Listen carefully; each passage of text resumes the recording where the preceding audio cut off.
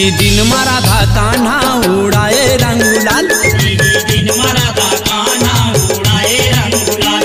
होरी आगे है मान ले तिहार, होरी आगे है मान ले तिहार, इही दिन मारा था कान्हा उड़ाए रंग गुलाल, दिन मरा था कान्हा उड़ाए रंग गुलाल।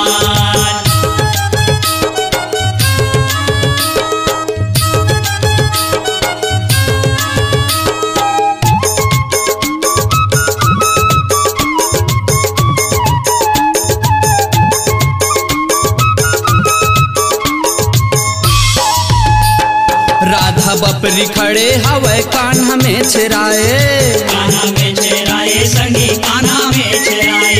पियर पियर रंग में कान्हा राधा ला भिंगाए, राधा ला भिगाए संगी राधा ला भिगाए। राधा बपरी खड़े हवे कान्हा में छिराए, कान्हा में छिराए संगी कान्हा में छिराए। पियर पियर रंग में कान्हा राधा ला भिंगाए, राधा ला भिगाए संगी राधा ला भिगाए। पिचकारी भर के मारे राधा बिचारी भागे, पिचकारी भर के मारे राधा बिचारी भागे, कान्हा उड़ाए रंग गुलाल, इही दिन मारा था कान्हा उड़ाए रंग गुलाल, इही दिन मारा था कान्हा उड़ाए रंग गुलाल, दिन मरा था कान्हा उड़ाए रंग गुलाल, दिन मरा था कान्हा उड़ाए रंग गुलाल।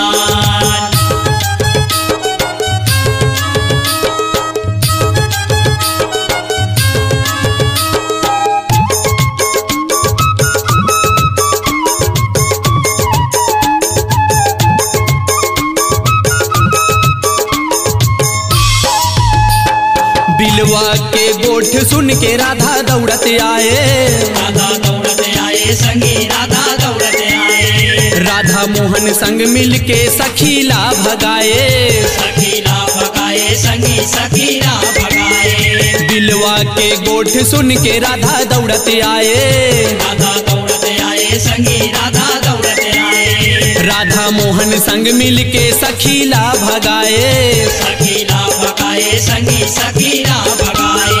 गोकुल माँ साथ रहे ठग के राधा ला बुलाए, गोकुल माँ साथ रहे ठग के राधा ला बुलाए, चुप रहा वे रंग औ गुलाल, इही दिन मारा था कान्हा उड़ाए रंग गुलाल, इही दिन मारा था कान्हा उड़ाए रंग गुलाल, दिन मरा था कान्हा उड़ाए रंग गुलाल, दिन मरा था कान्हा उड़ाए रंग गुलाल।